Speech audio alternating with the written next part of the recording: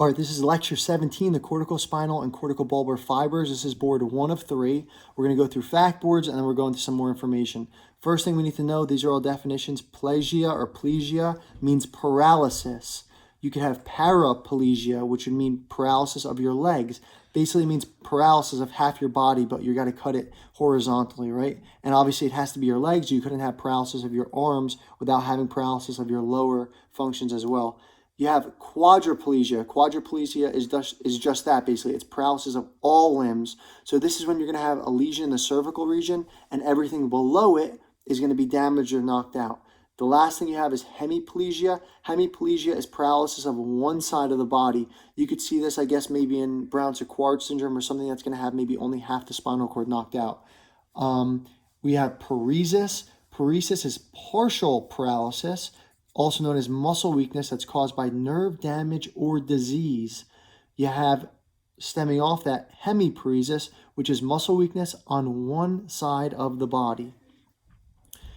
Here we have, these are the two tracks we spoke about earlier, or these are our motor tracks. They're the lateral, corticospinal, and corticobulbar tracks, and they're going to arise from the primary motor cortex. And these are the two portions of the primary motor cortex.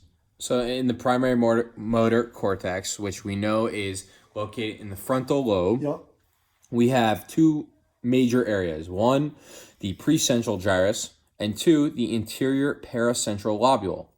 So what this is saying that these two areas that make up the primary motor cortex is going to have the corticospinal and the corticobulbar tracts running through these two areas. So what you can see in this picture, the lateral view, you can see that you have the precentral gyrus. What the precentral gyrus is going to be for your primary motor cortex, as we just mentioned. And this is going to be sitting in front of the central sulcus, and behind the central sulcus would be the postcentral gyrus, which is then basically the separation between the frontal lobe and the parietal lobe, which is for somatosensory. In this case, we're talking about motor. So what you can see is that the lateral view, because we know that the middle cerebral artery covers the entire lateral side of the brain, or cortex, that we know that that's going to supply blood for the arms and the upper body. While we look at the medial view on the picture on the right, we can see that this is going to be the anterior paracentral lobule. But we're still talking about the primary motor cortex. Yeah. So this is, if we were to take the pen for a second. If we were to go up this track right now and go to the other side of here and then fold in and then come in over here. So it'd be going up and then coming over the bend right here to hit the middle or the medial view of this.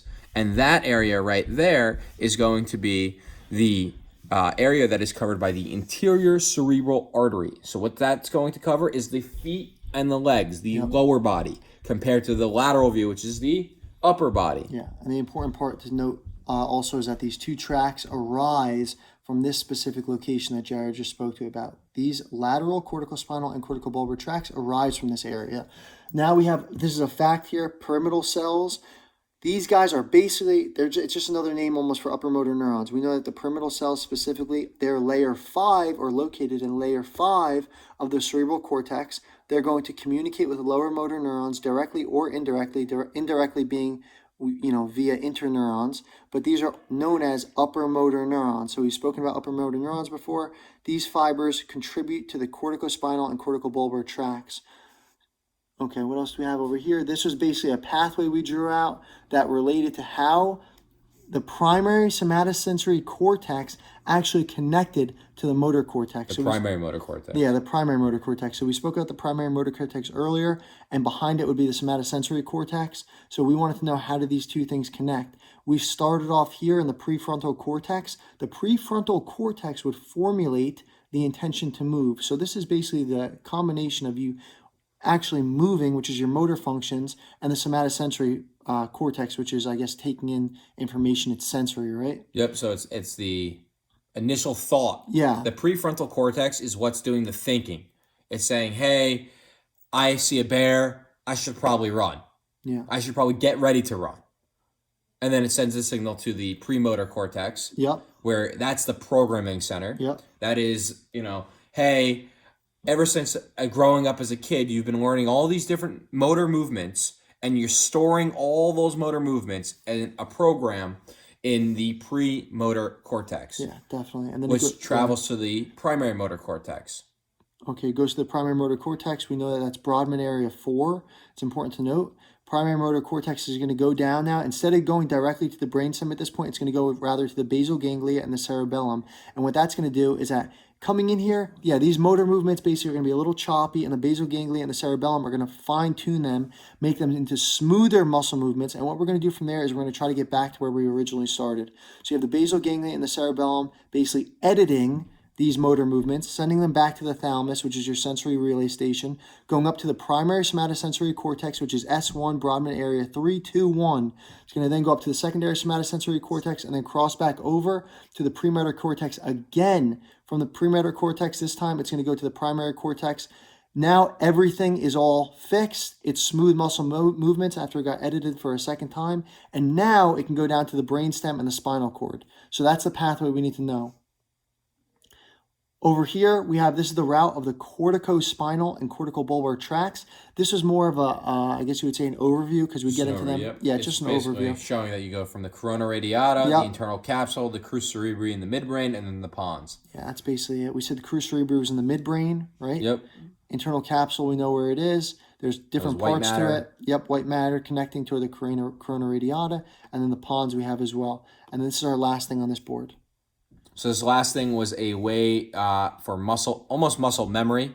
So what you're going to see is that you have two things. You have two areas. You have the lateral premotor area, and then you have the medial premotor area. And so just quickly going back up, we said that the premotor cortex is the site of programming. So we have to basically say we're splitting that between the two sides, the medial and the lateral. So if we look at this, we can say that the lateral premotor area is sensory guided movements versus the medial premotor area, which is planned sequences, more internalized, innate in the way that you've learned it. You've learned this, maybe this muscle movement, and you do not have to have any stimuli Yep. or sensory to function or to move these muscles. So for example, right, you're teaching a kid how to throw a football, right? You pair the sensory stimulus to a motor function. So maybe the sensory stimulus is auditory, or saying, to throw the football to a little kid, and the little kid then throws the football 100 times. Then, over time, after pairing these two things together, this sensory stimulus to this motor function of throwing, the kid can throw the football without you having to tell them to throw the football. Yeah. So what we're looking at is the lateral premotor area is going to be doing the stimuli and showing someone how to do it with doing the actual motor function. And over time, it turns into that they can internally do the motor function without having to see the stimuli.